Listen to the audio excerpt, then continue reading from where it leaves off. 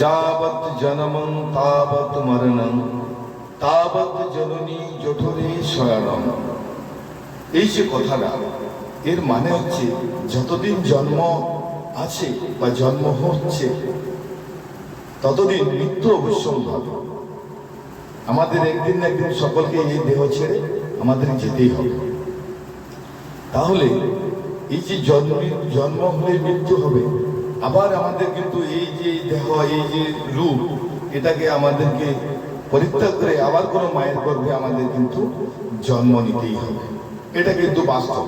এই শ্লোকটা তাই বলছে, যাবৎ জনমং তাবৎ মরণং তাবৎ জননী জঠরে শয়নম। এই যে জন্মের পরে মৃত্যু আছে, এই বিশ্বাসটা আমাদের মধ্যে নেই। বহু মানুষের মধ্যে সেই বিশ্বাসটাই নেই যে আমাদের জন্মের পরে আবার, মৃত্যুর পরে আবার জন্ম নিতে হবে।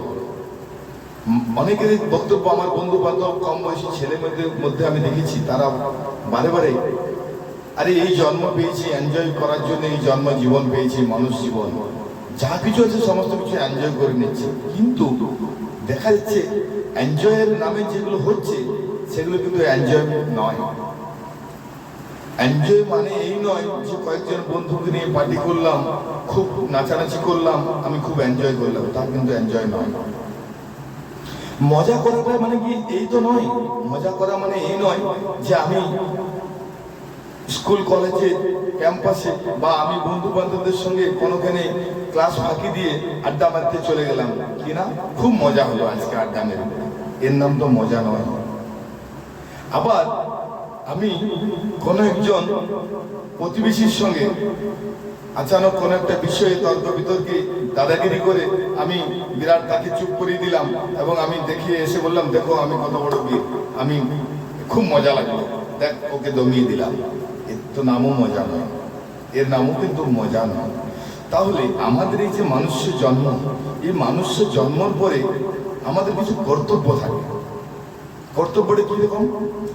কর্তব্য হচ্ছে, আমাদের মানুষ্য জন্ম নেওয়ার পর প্রথম কর্তব্য হচ্ছে, যিনি আমাকে পাঠিয়েছেন, যিনি আমাকে দয়া করে এই মানুষের রূপ দিয়ে মানুষ্য রূপে জন্মগ্রহণ দিয়েছেন, তিনি কি চাইছেন, উনার কি বার্তা।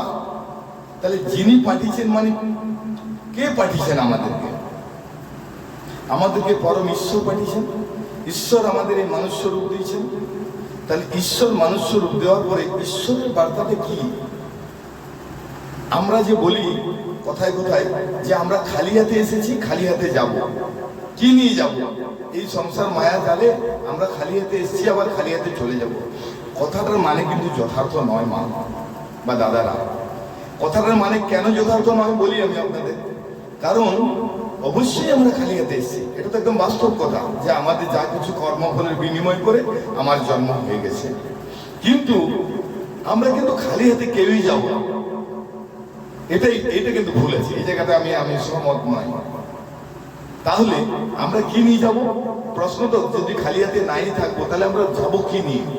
তাহলে আমি বলি, আমরা যে এই যে জন্ম নেওয়ার পর ছোট থেকে বড় হচ্ছি, বড় থেকে আমাদের প্রাপ্ত বয়স্ক, পরে আমরা বৃদ্ধ বয়স্ক হচ্ছি এবং একদিন আমরা চলে যাচ্ছি। আমরা যা ছোট থেকে বড় পর্যন্ত যা কর্ম করে এসেছি, সেই কর্মের যে ফলাফল, সেই কর্মের যে গুণগত মান, সেই গুণগত মানটা কিন্তু আমরা নিয়ে পড়ে আমরা কিন্তু তার কাছে যাব হিসাব নিকাশ করতে, যে আমি কি করে এসেছি।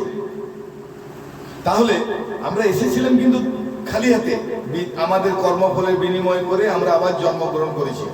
কিন্তু আমরা খালি হাতে কেউই যাব না, আমরা সকলেই নিজ নিজ কর্মফলকে সঙ্গে নিয়ে এবং সেই গুণগত মান নিয়ে সেখানে তার মূল্যায়ন হবে যে আমি কি করে এসেছি।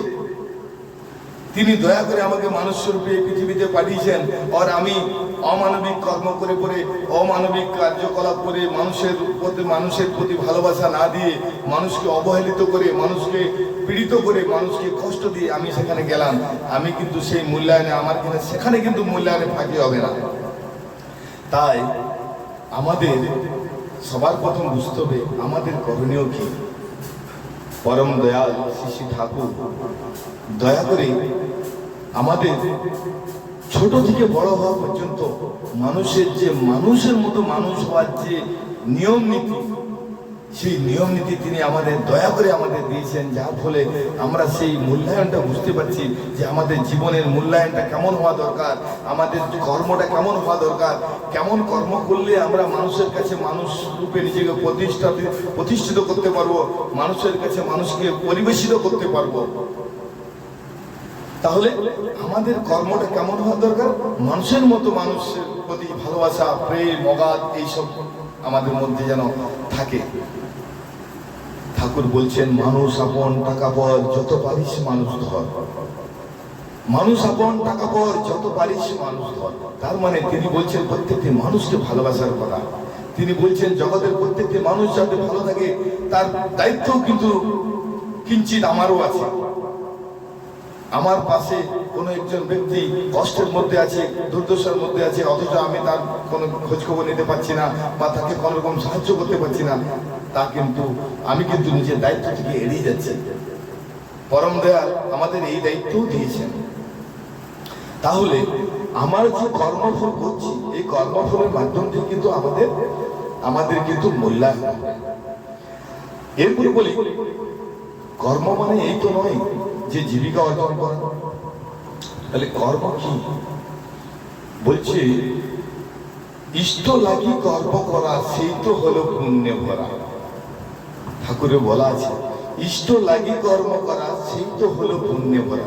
ইষ্ট লাগি কর্ম করা, ইষ্ট যেমন বলেছেন, ইষ্ট মানে হচ্ছে মঙ্গল, ইষ্ট মানে হচ্ছে মঙ্গল, তিনি মঙ্গলময়। ইষ্ট লাগি কর্ম করা সেই তো হলো পুণ্যে ভরা। মানে মঙ্গলের জন্য যে কাজটা করা হয়, মঙ্গলের জন্য, মঙ্গলের অধিকারী হওয়ার জন্য যে কাজটা করা হয়, সেটাই পুণ্য, সেটাই পুণ্যে ভরা। তাহলে সেটাই তো আমাদের আসল মূল্যায়ন, সেটাই তো আমরা চাইছি, আমাদের দরকার কিন্তু সেই জিনিসটাই, ইষ্ট লাগি কর্ম। সেটা করলে আমরা কি পাবো না, পুণ্যে ভরা একটা আমাদের ফুলফিল একটা মূল্যায়ন পাবো, যেটা পুণ্যে ভরপুর থাকবে। তাহলে কর্মটা আমাদের ইষ্ট লাগি হওয়া দরকার আছে। পরম প্রেমময় শ্রী ঠাকুর এই সৎসঙ্গের যে প্ল্যাটফর্ম আমাদেরকে দিয়েছেন, পরিবেশিত শ্রী ঠাকুর যে প্ল্যাটফর্ম দিয়েছেন, সেই প্ল্যাটফর্ম হচ্ছে ম্যান মেকিং প্ল্যাটফর্ম, মানুষ তৈরি করার কারখানা।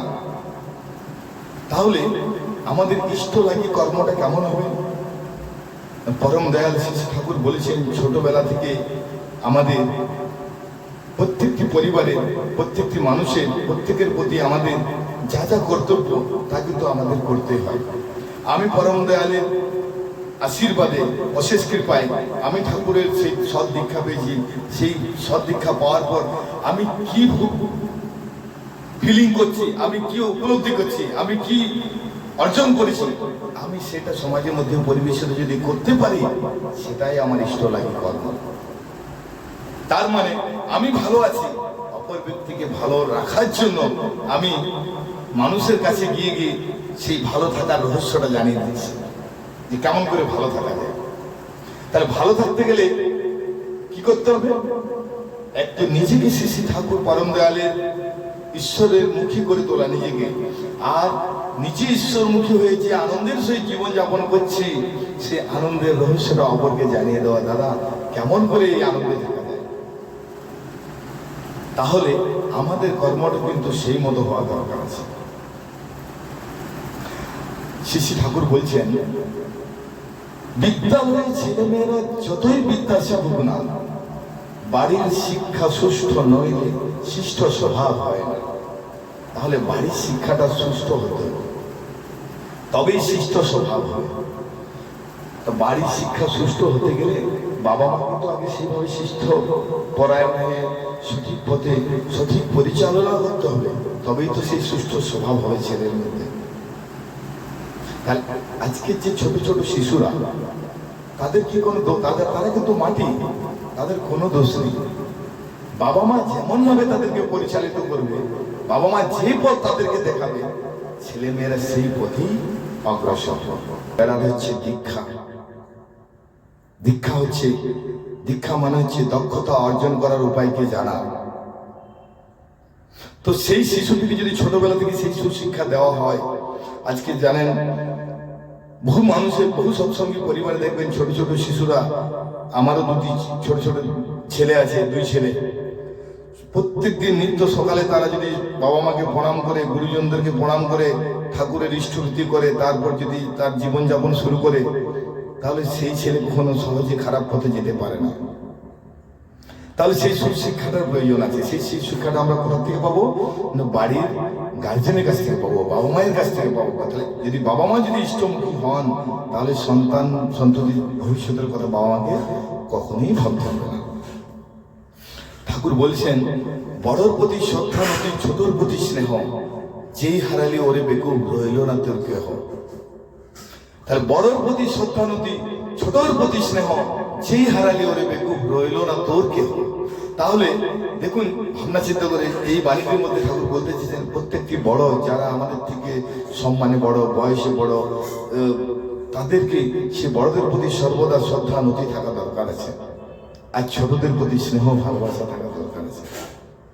আজকের সমাজে সেই ভ্রাতৃত্ববোধ জাগানো, যে ভ্রাতৃত্ববোধ জাগানোর প্রয়োজন, সেই প্রয়োজনীয়তা ঠাকুর বিশেষ করে আমাদের এই সৎসঙ্গের মাধ্যমে আমাদের মধ্যে সেই ভ্রাতৃত্বতা বোধ তৈরি করার সহজ উপায়।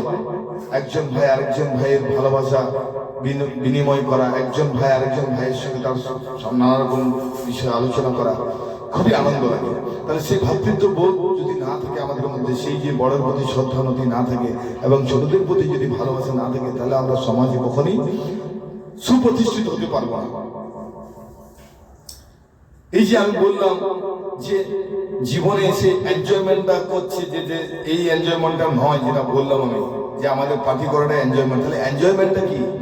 এনজয়মেন্ট হচ্ছে আমার সন্তান যদি আমার অনুগত হয়, আমার সন্তান যদি আমার স্ত্রীর অনুগত হয়, আমার সন্তান যদি সমাজের 5 জনের কাছে উজ্জ্বল দৃষ্টান্ত হয়, তাহলে সেটাই আমার জীবনের এনজয়মেন্ট। আমার এনজয়মেন্টে কি জানেন? আমার এনজয়মেন্ট হচ্ছে যখন গুরুর গুণগান হচ্ছে, গুরুর কীর্তন হচ্ছে, গুরুর কথা হচ্ছে, সেখানে আমি উপস্থিত থাকতে পারছি, আমি সেটাকে উপলব্ধি করতে পারছি, সেটাই আমার এনজয়মেন্ট।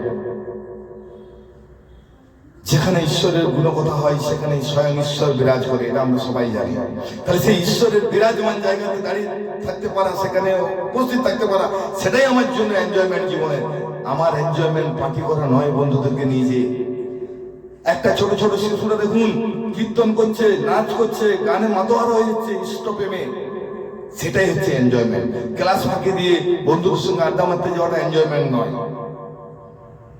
আজকে সমাজে মানুষরা অনেক দেরিতে বুঝতে পারছে, যখন তার সন্তান সন্ততি একটা সেই পরিবেশে চলে যাচ্ছে যেখান থেকে তাকে ফিরিয়ে আনা কঠিন হয়ে যাচ্ছে, তখন বাবা মা হাই হতাশ করছে, সেই তো কি করলাম আমি জীবনে। তাহলে জীবনের মূল্যায়নটা যদি আরো আগের থেকে বোঝা হতো, যে আমার জীবনটার মূল্যায়নটা আমাকে হিসাব দিতে হবে, তাহলে সেই মতো করে সেই মূল্যে চলতে হবে। জীবনে চলার পথটা সঠিক থাকা দরকার। তাই এই যে মানুষ্য জন্ম পেয়েছি, এই মানুষ্য জন্মে যতটা আপনি মানুষের জন্য নিজেকে বিনিময় করতে পারবেন, যতটা আপনি নিজেকে মানুষের জন্য নিগড়ে দিতে পারবেন, ততটাই আপনার মূল্যায়ন, কর্মফল, ততটাই আপনার ক্যাপিটাল জমা হচ্ছে আসল খাতাতে, টাকা পয়সার খাতা নয়। টাকা পয়সা নিয়ে যাব না, বাড়ি গাড়ি জমি জায়গা কিচ্ছু নিয়ে যাব না, কিন্তু যে কর্মটা আমরা করে যাচ্ছি, যে কর্ম আমরা আজকের দিনে করে যাচ্ছি, সেই কর্মের যে ফলাফল, যে মূল্যায়ন, সেটা কিন্তু আমরা সঙ্গে নিয়ে যাব, সেখানে কোনো ফাঁকি হবে না। তাই প্রত্যেকের যারাই এখনো পরম দয়ালে রাতুল চরণে আশ্রয় গ্রহণ করতে পারেননি, তারা সংসার জীবনকে সুন্দর করার জন্য, সঠিকভাবে চলার জন্য যে পথ, যে বিধান তিনি দিয়েছেন, এই ছাড়া এটা অদ্বিতীয়, এই ছাড়া আর কোনো উপায় নেই। আজ না হয় কাল, আসতে তো হবেই। কারণ আমরা ভাবতে ভাবতে আমাদের সময় পেরিয়ে যাচ্ছে, অতিক্রম হয়ে যাচ্ছে, আমাদের সংসারগুলো এলোমেলো হয়ে যাচ্ছে। আমরা চোখের সামনে দেখতে পাচ্ছি, কিন্তু সেন্টিমেন্টে আমরা দাঁড়িয়ে আছি। সেন্টিমেন্ট নিয়ে জীবনে উন্নতি করা যাবে না। জীবন যদি সুন্দর করতে হয়, তাহলে সেন্টিমেন্ট বাদ দিয়ে নিজের সন্তানগুলোকে কেমনভাবে সন্তানকে পরিবারকে সুখে রাখা যায় সে পথটা নির্বাচন করতে হবে। বহু পাপী, বহু মানুষ, বহু নেশাগ্রস্ত মানুষ পরম দয়ালের আতুল চরণে এসে বহু চোর ডাকাত, বহু খারাপ কুকর্ম করা মানুষ ঠাকুরের আতুল চরণে এসে তার পরম দয়াতে তারা কিন্তু জীবন খুব সুন্দর করে চলেছে, মঙ্গলময় করে উঠেছে। তাহলে বহু উদাহরণ এরকম আমার জীবনে আছে, আমার চোখে দেখা বহু উদাহরণ আছে, তাই অবাস্তব কিছুই নয়। তো এই হলো আমাদের জীবনের, ছোট্ট করে আমি আমাদের জীবনের রহস্যের কথা আপনাদের কাছে উপস্থাপিত করলাম। জানি না কতটা সঠিক বলতে পেরেছি, কতটা ভুল বললাম। যদি কোনো ভুল বলে থেকে মার্জনা করব। সবারই মঙ্গল জীবন প্রার্থনা করি পরম দয়ালের আতুল চরণে। সবারই জীবন মঙ্গলময় হোক। জয় গুরু।